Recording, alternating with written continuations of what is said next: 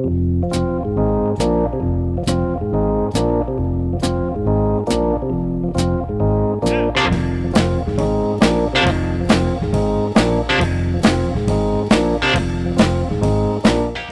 to the Two Blokes Chatting radio show on 94.7 The Pulse.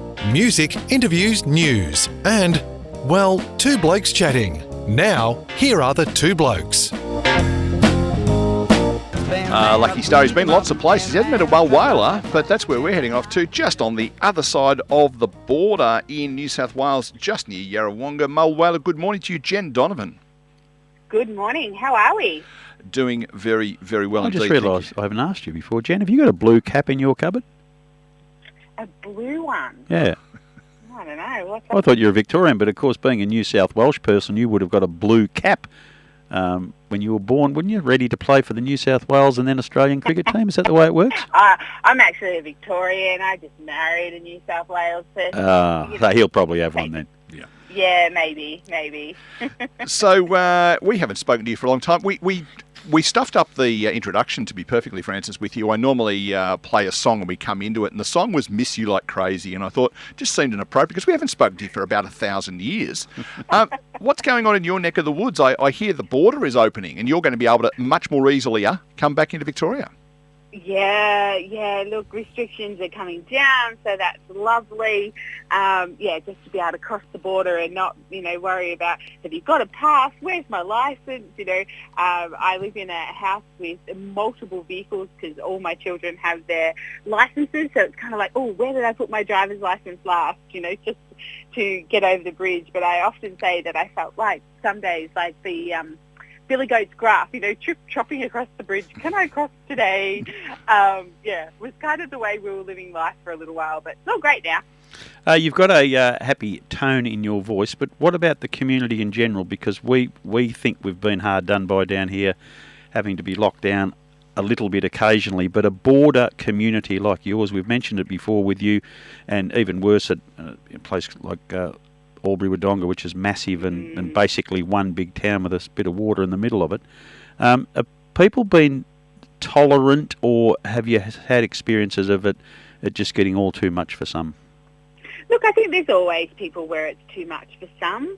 I certainly know, like my parents are in their late 70s, so they're always full of questions. Can we do this? Can we do that? They're not exactly internet savvy to sort of be looking those things up themselves. So I do feel sorry for the older population. And of course, there's always people who are intolerant of change. But I think most of us just got used to it. It just became daily life. I think the next thing we are battling with now is vaccine passports, because of course New South Wales now you have to show to get into places that aren't deemed essential services, whereas I don't think that's quite in Victoria yet, but it's coming. Is that right?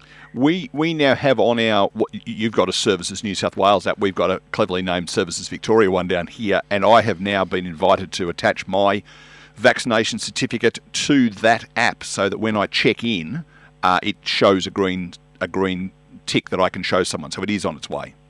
Yeah. So that's already, I think that came in New South Wales earlier this week, I think Monday or something. So, that creates problems with people going over the border that want to go out for dinner in restaurants and things and the clubs and that in New South Wales here. So, and, that's not even thinking about what it would take in a place like Albury-Wodonga or, bigger centres like that have a lot of things to do in the town over. Like I think, Mulwala, there's a butcher, there's a baker, and a candlestick maker? Yeah, not quite, okay. Not quite, but I wish there was, because that would make my sentence so much better. So much more. But, there's not probably a huge amount of shops that wouldn't be deemed essential services, as opposed to, a bigger town like Albury-Wodonga. So I know from social media that is certainly the next struggle that we are facing. Because when I, as you know, I was in Sydney for a period of time, and I was able to re-emigrate back to Victoria and had to cross the border at Albury-Wodonga. That was the place that was the most sensible place to cross over. And the infrastructure, the temporary infrastructure, I might add, that they had to set up, and the number of police officers and stuff, it has just been nightmarish. Presumably we're going to see that starting to wind down? Yeah. So the police have all gone from the borders here in Yarrawonga. The infrastructure's all disappeared.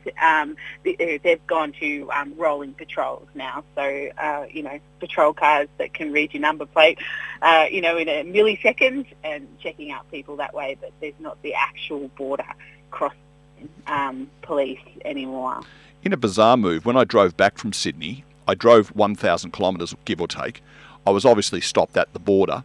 I drove past 7 police officers along the way. None of them stopped me, despite the fact that I had Geelong number plates on my car. And then recently I drove to Mildura and back, drove past a police roadblock who waved me through, despite having Geelong number plates. It's just seems to me to have been really random. Have you noticed the number of, have you been stopped up there yourself? No, we haven't. We haven't really been anywhere either. I suppose. So no, but I do know that, they're certainly doing that number plate identification and, you certainly see cars pulled over 100%, especially in the New South Wales side, when Victoria, like Melbourne, obviously is still in lockdown, and so they're obviously either identifying people breaking the law as in speeding and things, or they're actually identifying that perhaps that person is from somewhere that they probably shouldn't be.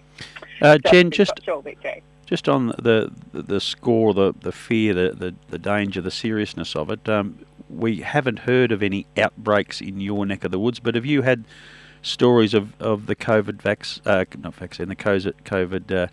virus being literally on your doorstep, or have you been able to keep it out of your immediate friend and community area? Yeah, look, as far as we know, of course, the one thing you love about small towns is the rumour mill. It moves rather quickly. So there's certainly been lots of rumours of cases in Yarrawonga, Mulwala, but there has been nothing actually confirmed. Like the hospital hasn't confirmed anything.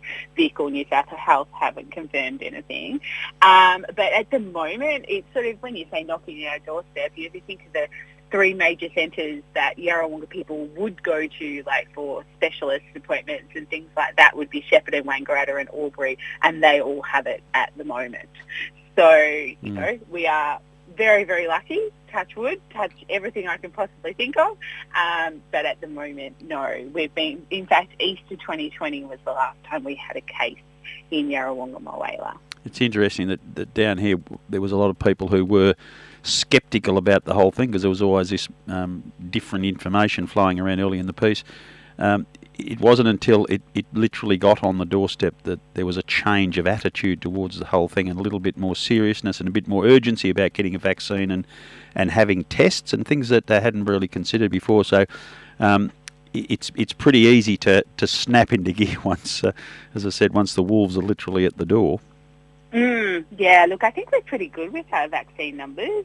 To be totally honest, I think, Yarrawonga, Mulwala is tracking fairly well. I think the whole border perhaps was enough to scare us. Yeah. It's kind of like, we want to get back to living, then this is the way we need to do it. And of course, there's always the people that can't and the people that won't. But I think Yarrawonga is tracking very well with their numbers. So your border bubble, which is obviously now irrelevant, how far was that allowing people to travel in and out of Victoria? So from a New South Wales perspective or a Victoria perspective? Either way. Yeah. So I think up until the changes recently, as people in the border bubble living in New South Wales, so for us, we could travel into Victoria and anywhere in Victoria. Mm-hmm. As long as we didn't leave our border bubble on the New South Wales side. Victorians coming into New South Wales, I believe they could travel as far as not quite Wagga, so it's almost like a 2-hour, just under 2 hours, I guess, away from the border. Wagga was included, and then the second last changes that came through when Melbourne unfortunately went into their snap lockdown that they're still in, they took Wagga out of the border bubble. So, but now I believe that travel is a lot more free. Yes, we know of someone who is associated with the town of Broken Hill, which is 2 or 3 hours north, but of course they come down to Mildura for their medical supplies and medical appointments and so forth, and that hasn't been possible except in extreme circumstances. And now, the borders are open effectively. I think from Thursday is the first day, as long as you have a COVID test within 72 hours before, and you have another one when you get here, and you isolate until you get your result. So Yeah, it's been really interesting, that one, because there is pretty close to the New South Wales border from the New South Wales side, maybe Wentworth, something like that. But you could come down as far as Charlton, which is halfway to Melbourne. It was really quite bizarre in terms of how far that spread. Yeah, look, we've certainly learnt that. Well, hopefully, many politicians have certainly learnt to, get to know their states a little bit better. I think at the very start of all of this, it really was a bit concerning that people in Sydney were making these rules for border communities who didn't really understand how a border community lived, which basically lived without a border. It was just the town you went to do your things. Yep. So it was nice to sort of see that, them get a little bit more sensible with the rules as time went on. Well, so to keep everyone safe, which was what they were trying to do in the first place. Yeah, I guess that's the aspect of it. It was quite arbitrary, though, wasn't it? It was almost like they'd painted a line on the road and said, don't go past this line. Yeah, well, I think, when we very first started to talk, when restrictions were really coming into play, my farm was divided in two. Like, the line more or less went through my house. Yep. And we couldn't travel into Yarrawonga without all the passes and everything like that, because my mailbox was outside. Despite the fact that if I was sitting in my lounge room, I was inside. So you could you had to get a permit to go to the bathroom. Is that true? Well, almost. That's what it felt like there for a little while, but not quite. We weren't that strict in this house. So to change tack away from the COVID-y things, but in the post-COVID world, people are starting to think about the fact that they might just be able to spend some time during December and January travelling. Why should people come to Yarrawonga, Mulwala from Melbourne and Geelong? Look, if they're allowed to come, they should come, because it's just, it feels like a different world down here. Like, I think anywhere with water just has a little bit of magic, whether it's the sea, whether it's an inland sea or an inland lake. It just seems to have that little bit of magic attached to it when you can get near water.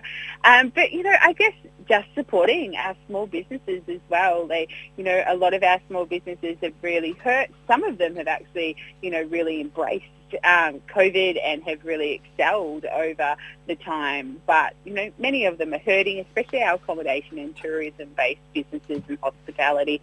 They would, if people are allowed to come, they would absolutely love to see you. And you know what? Even the locals might not get quite as cranky, because we'll be happy to have you back. You just never know your luck. Well, it's I was up in Yarrawonga, as you know, about 12 months ago. I guess it would be getting on towards that now, when we had lunch together, and it was a town that looked like it was significantly more developed than the last time I was there. I suspect there's been one or two businesses that have bitten the dust in that time, but broadly speaking, the town's open for business.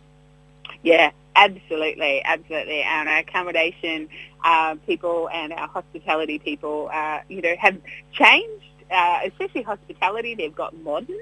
Like, you can, wow. Certain places you go, you can order off the app and, and have it delivered to you and pay on the app and things like that. Like, it really has forced people to be a little bit innovative. But yeah, look, our accommodation people have really hurt.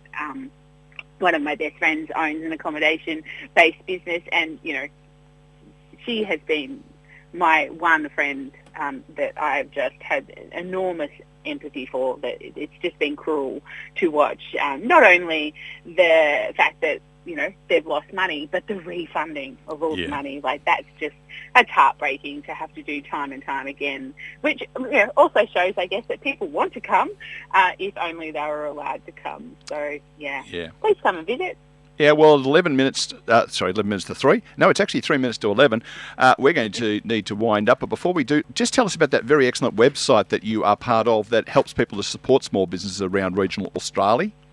Oh, thank you. That's awesome. So I have a online marketplace. It's called Spend With Us. It's at all the W's, spendwithus.com.au, and there's about 1,300 small rural and regional businesses on there that you can go and support with your Christmas shopping, or buy gift cards to give to other people to choose their own products as well. So it's a great way to support rural and regional Australia, all over Australia. Spendwithus.com.au.